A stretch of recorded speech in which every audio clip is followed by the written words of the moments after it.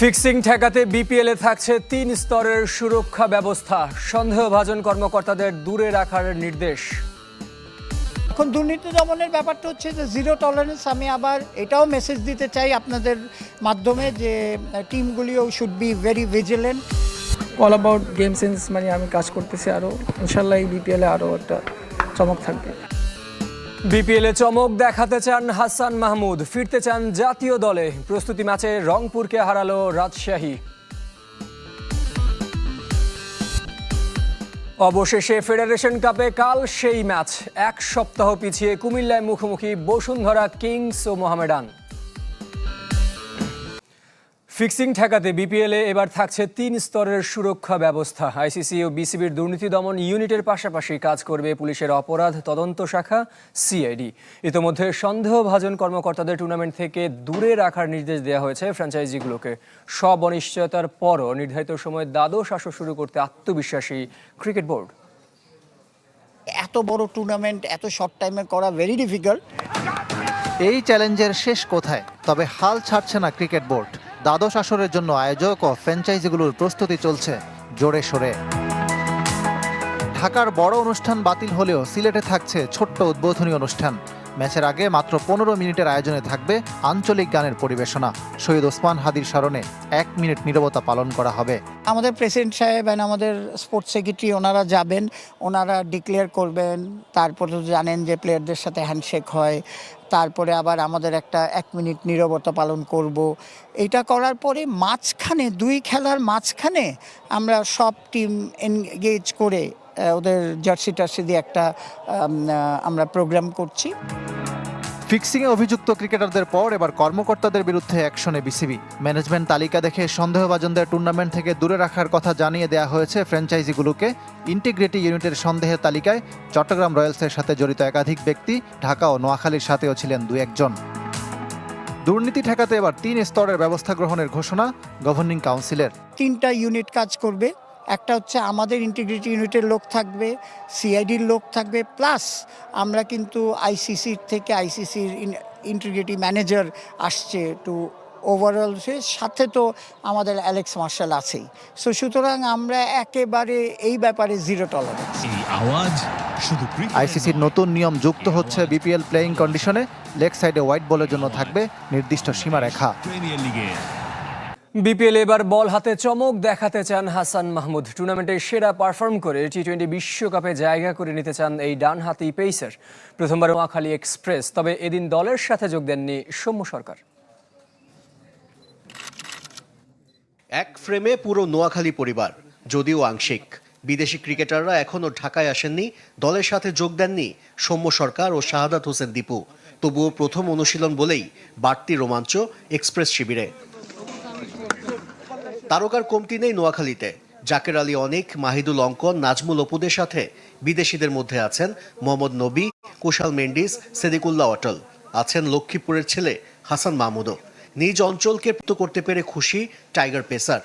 নোয়াখালীরা সবাই খেলা দেখতে আইবেন স্টেডিয়ামে। আমরা আশা করি আপনারা আমগুলো লেগে দোয়া করবেন, আর সবসময় ক্রিকেট এবং ক্রিকেটের বাইরে আমাদের জন্য দোয়া করবেন।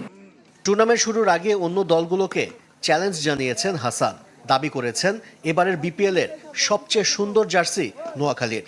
এইবারের মানে বিপিএল এর সবগুলো টিমের জার্সি থেকে ডিফারেন্ট জার্সি আমার মনে হয়।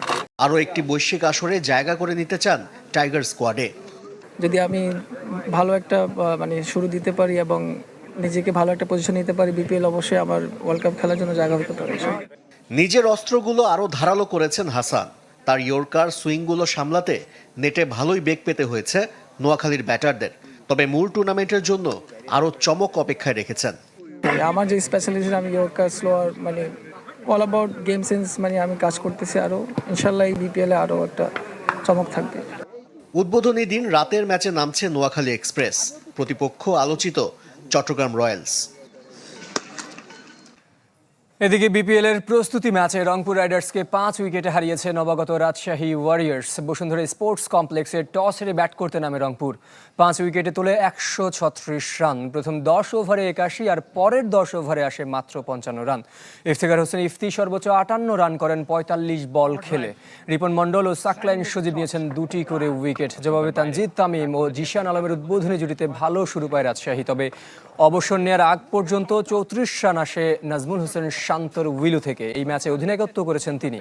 11 বল আগে জয় পায় রাজশাহী ওয়ারিয়র্স। প্র্যাকটিস করার অপরচুনিটি মানে সেক্ষেত্রে আমরা এরকম একটা এনভায়রনমেন্ট একটা প্র্যাকটিস ম্যাচ খেলছি, তো আমাদের যেহেতু জয়লাভ করছি খুবই ভালো শেপে থাকবো আমরা। সো এই দিক থেকে আমরা আসলে খুব lucky. It was good to see them stand up and play, and what I do know is that we've got a really good squad with a lot of depth, and it's going to be tough to select. And as I said to the boys in the change room, names don't mean anything to me. It's about performance. I want to see performance from our squad, and the performers are the guys that are going to play. বিপিএলে অপ্রীতিকর ঘটনা এড়াতে সিলেটে কঠোর নিরাপত্তার প্রস্তুতি নেওয়া হয়েছে। অন্য আসরগুলোর তুলনায় বেশি দর্শক উপস্থিতির প্রত্যাশা বিসিবির। শেষ মুহূর্তের ব্যস্ততা আয়োজকদেরও। চায়ের শহরে বিপিএল ম্যাচ বাড়ানোর দাবি অবশ্য সিলেটবাসীর। সময় ঘনিয়ে দিন তিনেক পর শুরু বিপিএল। 8 বছর পর সিলেটে ফিরেছে দেশের ফ্র্যাঞ্চাইজি টুর্নামেন্টের উদ্বোধনী পর্ব। প্রিয় দলের ম্যাচ দেখার অপেক্ষায় সমর্থক ও ক্রীড়া সংগঠকরা। সরাসরি ম্যাচ টিকিট কেনার সুযোগ নেই। দর্শকদের ভোগান্তি কমানো আর কালোবাজারি রুখতেই শতভাগ অনলাইন টিকিটিং সিস্টেমের পথ বেছে নেওয়া। বোর্ডের এমন উদ্যোগে সন্তুষ্ট সিলেটবাসী। তবে তাদের দাবি সিলেটে বিপিএল এর ম্যাচ সংখ্যা বাড়ানোর। আমাদের সিলেটের স্টেডিয়ামে খুব কম ম্যাচ দেওয়া হয়। যারা অথরিটি আছেন তাদের কাছে আমরা একটু দাবি জানাবো যাতে আমাদের সিলেটের জন্য একটু বেশি ম্যাচের ব্যবস্থা করা হয়। খেলা যারা ভালোবাসেন তারা সবাই বেশ এনজয় করবেন। ছোট পরিসরে সিলেটে হতে যাচ্ছে বিপিএল উদ্বোধনীর আনুষ্ঠানিকতা। এতে 1 ঘন্টা পেছানো হয়েছে দ্বাদশ আসরের প্রথম ম্যাচ। দেশের সাম্প্রতিক পরিস্থিতি বিবেচনায় স্টেডিয়াম জুড়ে থাকছে কঠোর নিরাপত্তা ব্যবস্থা। বিজিবি নিরাপত্তা কাজে থাকবে, পুলিশ আমাদের যেরকম আছে ওরকম তো থাকছেই, তার সাথে আনসার, বিএনসিসি সহ অনেকগুলো এজেন্সি, সরকারি এজেন্সি আসলে এটাতে ইনভলভ আছে। টুর্নামেন্ট ঘিরে বিসিবির শেষ প্রস্তুতিতে ব্যস্ত ক্রিকেট বোর্ড। সিলেটে অন্য বারের তুলনায় বেশি দর্শক সমাগমের আশা বিসিবির। আমরা দেখছি যে পুরোটাই প্যাক হবে।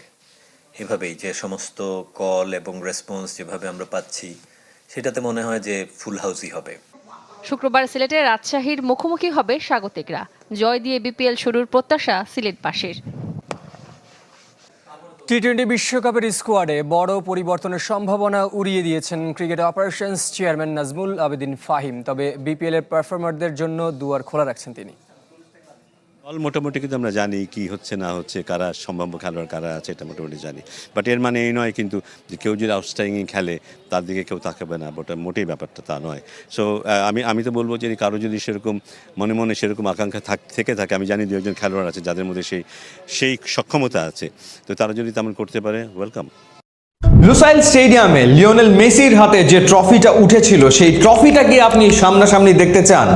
FIFA world cup original trophy সামনাসামনি দেখার একটা দারুণ সুযোগ আপনার সামনে। সেটা কেমন করে একটু পরে বলছি। তার আগে আর্জেন্টিনা দলটা নিয়ে আলোচনা করতে চাই। কাতার ওয়ার্ল্ড কাপের চেয়ে এবারের আর্জেন্টিনা কেমন, কতটা শক্তিশালী সেই আলোচনাই করব। প্রথমেই গোলকিপার পজিশন। এখানে 1 নম্বর চয়েস নিয়ে প্রশ্ন তোলার কোনো সুযোগই নেই। নিঃসন্দেহে নামটা এমিলিয়ানো মার্টিনেজ। তবে এমির রিপ্লেসমেন্ট হবেন অলিম্পিক মার্শেইয়ের গোলকিপার জিরোনিমো রুই। সবশেষ বিশ্বকাপে ছিলেন 2য় চয়েস, তবে বর্তমানে আছেন ক্যারিয়ারের বেস্ট ফর্মে। চলমান চ্যাম্পিয়ন্স লিগে এখন পর্যন্ত 2য় সর্বোচ্চ 33টা সেভ করেছেন। 3য় পছন্দ হিসেবে শেষ বিশ্বকাপের ফ্রাঙ্কো আরমানির পরিবর্তে সম্ভাব্য নামটা ক্রিস্টাল প্যালেসের ওয়াল্টার ড্যানিয়েল বেনিটেজ। সবশেষ বিশ্বকাপে আর্জেন্টিনার রক্ষণে সেন্টার ব্যাকে প্রতি ম্যাচে নিয়মিত শুরু করেছেন ক্রিস্টিয়ান রোমেরো আর ওটামেন্ডি। পুরা টুর্নামেন্টে দুর্দান্ত করেছে এই জুটি, কিন্তু 2026 বিশ্বকাপে ওটামেন্ডি যাবেন 38-এ পা রেখে। স্বাভাবিকভাবেই নিয়মিত স্টার্ট করবেন না। বর্তমান দলে তিনি স্কালোনির 3য় ডিফেন্ডার হিসেবেই থাকবেন। স্কালোনির কোনো ম্যাচে 3 জন সেন্টার ব্যাক প্রয়োজন পড়ে, তাহলে শুধু একাদশে শুরু করার সম্ভাবনা থাকবে এই অভিজ্ঞ ফুটবলারের। তাহলে প্রশ্ন হচ্ছে ওটামেন্ডির জায়গায় রোমেরোর সঙ্গে থাকবেন কে?